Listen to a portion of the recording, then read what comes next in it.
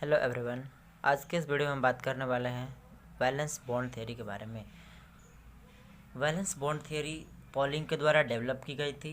अब हम इसी कुछ पोस्टुलेट्स या फिर अजम्पशंस को देखते हैं। The central metal ion in the complex makes available N adequate amount of empty orbitals. जो सेंट्रल मेटल एटम होते हैं, आयन होते हैं, वो क्या करते हैं, इम्पटी ऑर्बिटल्स प्रोवाइड कराते हैं ताकि उसके साथ लीजेंड्स क्या कर सकें, बॉन्डिंग बना सकें, यानी कोऑर्डिनेट्स बॉन्ड बना सकें। लीजेंड्स वो होते हैं जिनके पास lone pair of electrons available होते हैं। The number of empty orbitals of central metal ion is known as its coordination number. जितने number of empty orbitals available होते हैं सेंट्रल मेटल आयन के पास, वो इसके कोऑर्डिनेशन नंबर कहे जाते हैं। दूसरा है the appropriate atomic orbitals of metal hybridized to give an equal number of new hybrid orbitals।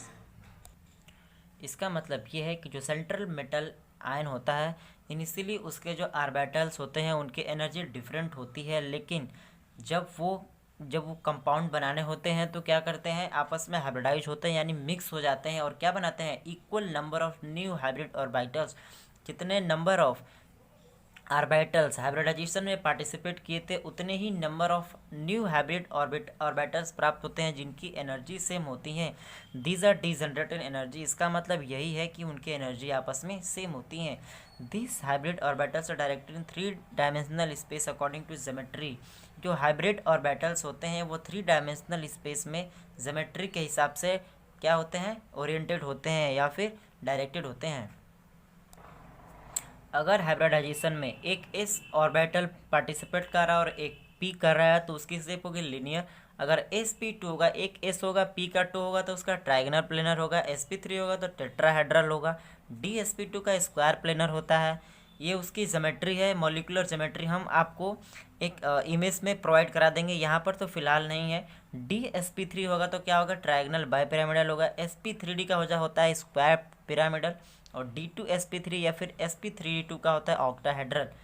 Third postulate है the d orbitals involved in hybridization may be inner n-1d or the outer nd orbitals. The complex formed are known as low spin and high spin respectively। क्या मतलब है इसका, अगर hybridisation में inner D subshell participate कर रहा है तो आपका जो कॉम्प्लेक्स ऑप्टेन होगा वो लो स्पिन होगा। अगर हाइब्रिडाइजेशन में आउटर डी सबसेल क्या पार्टिसिपेट कर रहा है तो जो आपका ऑप्टेन कॉम्प्लेक्स होगा वो हाई स्पिन कॉम्प्लेक्स होगा। और इसका फोर्थ पोस्टुलेट है each legend has at least 1 loan pair of electron. जो प्रत्येक लीजेंट होते हैं उसके पास कम से कम एक लोन पेयर ऑफ इलेक्ट्रॉन मौजूद होते हैं, जिसके सहायता से वो क्या कर सकता है, सेंट्रल मेटल एटम के साथ बॉन्डिंग बना सकता है। फिफ्थ जो इसका पोस्टुलेट है वो है the empty hybrid orbitals of metal atom overlap with the fully filled orbitals of legend forming legend metal coordinate. तो हाइब्रिडाइजेशन के बाद ऑप्टेन हुआ जो इम्पटी हाइब्रिड ऑर्बिटल होता है मेटल एटम के, वो ओवरलैप करता है लीजेंट के साथ और क्या बनाता है, coordinate bond. Application of valence bond theory. अब हम इसके एप्लीकेशन को देखेंगे। वैलेंस बॉन्ड थ्योरी के हेल्प से हम कोऑर्डिनेट कंपाउंड के स्टेरियोकेमिकल और मैग्नेटिक प्रॉपर्टीज़ को पता लगा सकते हैं, जिसके लिए हमने एक कंपाउंड चूज किया है टेट्रासाइनोनिकलेट। जो निकल की आउटर इलेक्ट्रॉनिक कॉन्फ़िगरेशन होता है वो होता है 3d8।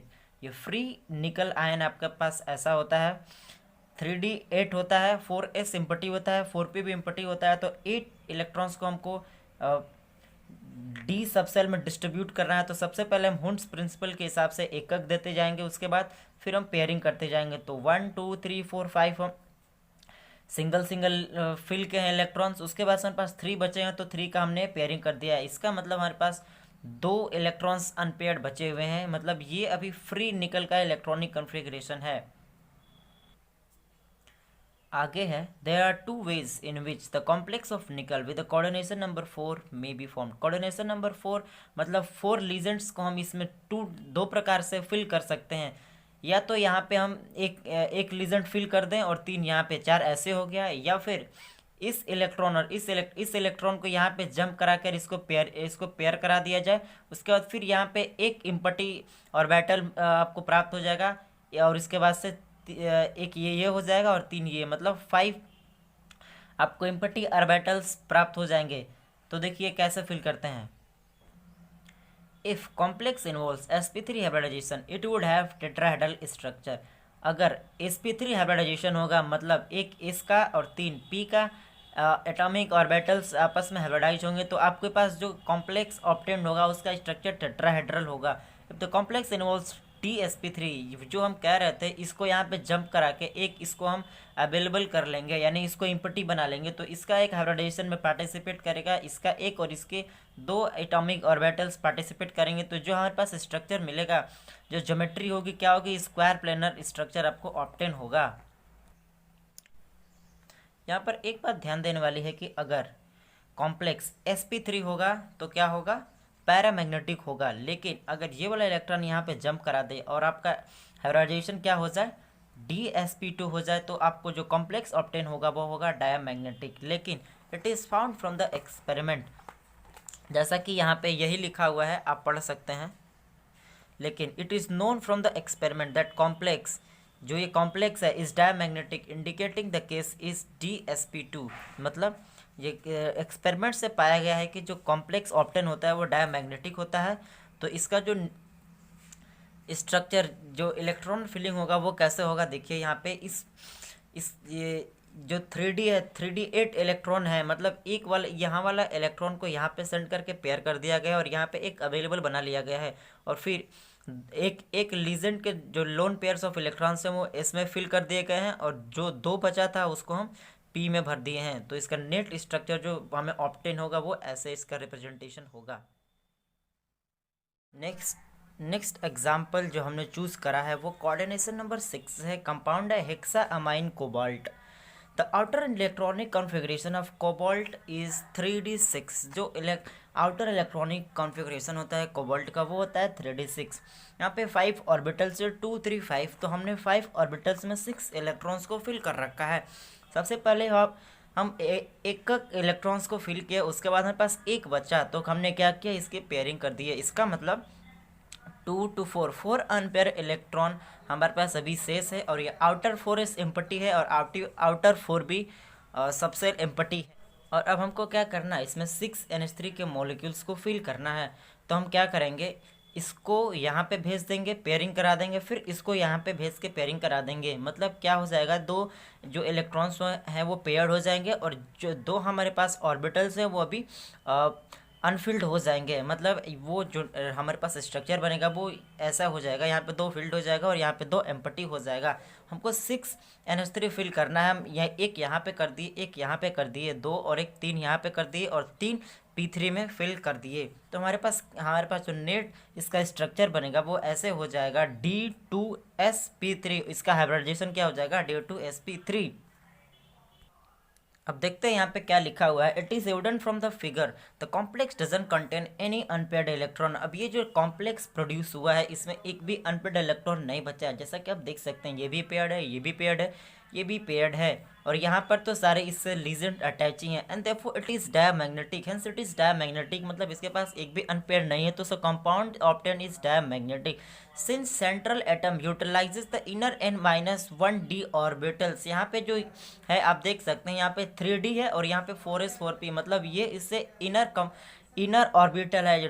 जो डी सबसेल वो इनर सबसेल है। तो क्या हो जाएगा, since central atom inner n-1d orbitals, यहाँ पे इनर ऑर्बिटल्स का यूज किया है for the forming D2sp3 hybrid orbitals. D2sp3 hybrid orbitals को बनाने के लिए such orbitals is called inner orbital complex और ऐसे ही कॉम्प्लेक्सेस को हम इनर ऑर्बिटल कॉम्प्लेक्स कहते हैं। अब हम देखेंगे limitations of valence bond theory. Valence bond theory के कुछ लिमिटेशंस हैं जिसको देखेंगे। VBT can not give the idea about relative stability for different shapes and different coordination number in transition metal complex. जो ट्रांजिशन मेटल कॉम्प्लेक्स होता है उसमें जो वैलेंस बॉन्ड थ्योरी है वो स्टेबिलिटी नहीं बता पाता है, कौन सा कंपाउंड ज़्यादा स्टेबल होगा, कौन सा कम होगा, किस शेप का ज़्यादा स्टेबल होगा, किसका कम होगा। ये VBT यानी valence bond theory coordination compound के बारे में ये एक्सप्लेन नहीं कर पाता है, ये इसकी पहली लिमिटेशन है। दूसरा है VBT can not explain why Cu2+ form only distorted octahedral complexes even when all the 6 ligand are identical. इसका मतलब ये है कि जो Cu2+ टाइप कॉम्प्लेक्स है इसमें जो ऑक्टाहेड्रल कॉम्प्लेक्स है इसमें 6 लीजेंड आइडेंटिकल होने के बाद भी जो स्ट्रक्चर ऑप्टेन होता है वो डिस्टॉर्टेड होता है। मतलब जो ऑक्टाहेड्रल कॉम्प्लेक्स का आइडियल स्ट्रक्चर होना चाहिए, जितने एंगल्स दो लीजेंड्स के बीच में होने चाहिए आइडियल में, वो वैसे नहीं होते हैं। एक्चुअल में जो हमारे पास कॉम्प्लेक्स ऑप्टेन होता है वो आइडियल से हटकर होता है, उसमें कुछ डिस्टॉर्शन होता है। तो यही इसको वीबीटी एक्सप्लेन नहीं कर पाती है। कोई एंगल्स जो आइडियल होते हैं उससे जो हमें स्ट्रक्चर ऑप्टेन होता है उसमें हटकर क्यों होते हैं, वैसा क्यों नहीं होता है, तो ये हमें एविडेंट इससे नहीं मिलता है। तीसरा इसका एक्सेप्शन है या फिर लिमिटेशन कह सकते हैं, VBT can not give the idea about colour of the complexes. इससे वैलेंस बॉन्ड थियोरी से कॉम्प्लेक्सेस के कलर के बारे में कुछ भी पता नहीं चलता है। चौथा है, it fail to explain the strength of ligands. मतलब जो लीजेंस होते हैं उनका स्ट्रेंथ, इससे वैलेंस बॉन्ड थियोरी से हमें कुछ भी पता नहीं चलता है। यानी कि कौन से लीजेंस स्ट्रॉन्गर है, कौन से वीकर है, कौन कितना स्ट्रॉन्गर है, कौन कितना वीकर है, इसके बारे में कुछ भी पता नहीं चलता। इसका पांचवा लिमिटेशन है, वैलेंस बॉन्ड थियोरी के अनुसार जो मैग्नेटिक मोमेंट होता है कॉम्प्लेक्स का वो होता है √n (n+2) वोहर मैग्नेटॉन। लेकिन जो आइडियल में होता है, मतलब जो एक्चुअल में होता है, वो इससे स्लाइटली ग्रेटर होता है, यानी कि थोड़ा सा इससे बड़ा होता है। जब हम इससे कैलकुलेशन करते हैं, ये जो यहाँ से इक्वेशन हमें प्राप्त हुआ है उससे यहाँ पे जो हमें एक्चुअल में होता है वो डेविएट हो जाता है, एक्चुअल में अधिक होता है, और यहाँ पे वैलेंस बॉन्ड थ्योरी के अनुसार हमें कम प्राप्त होता है, जो कि इसकी एक लिमिटेशन है। छठवा है, this theory doesn't predict the magnetic behaviour of complexes. इस थियोरी से हम मैग्नेटिक बिहेवियर ऑफ कॉम्प्लेक्स को पता एक्चुअल में सही पता नहीं कर पाते हैं। जैसे कि some complexes are found both paramagnetic and diamagnetic. कुछ ऐसे कंपाउंड्स होते हैं जो कुछ ऐसे कंपाउंड होते हैं जो कोई कभी कभी पैरामैग्नेटिक नेचर भी शो करते हैं, कभी कभी डायमैग्नेटिक भी शो करते हैं। यानी कि कुछ उसके मॉलिक्यूल्स, कुछ उसके कॉम्प्लेक्सेस डायमैग्नेटिक होते हैं, कुछ पैरामैग्नेटिक होते हैं। With the help of X-ray analysis, जब एक्सरे एनालिसिस से पता किया जाता है तब ऐसा प्राप्त होता है कि कुछ पैरामैग्नेटिक होते हैं, कुछ डायमैग्नेटिक होते हैं। But VBT has no explanation of it. लेकिन वैलेंस बॉन्ड थ्योरी के अनुसार ऐसा नहीं होता है, या तो कंपाउंड पैरामैग्नेटिक होगा या फिर डायमैग्नेटिक होगा, दोनों इसके अनुसार से नहीं हो पाएगा, इस चीज़ को एक्सप्लेन नहीं कर पाता है। सातवां है, VBT was fail to explain the kinetics of complexes. ये कॉम्प्लेक्सेस के काइनेटिक्स को एक्सप्लेन नहीं कर पाता है, मतलब उसके साथ कितनी एनर्जी एसोसिएटेड होती है या फिर उसके मूवमेंट के बारे में कुछ भी नहीं बता पाता है।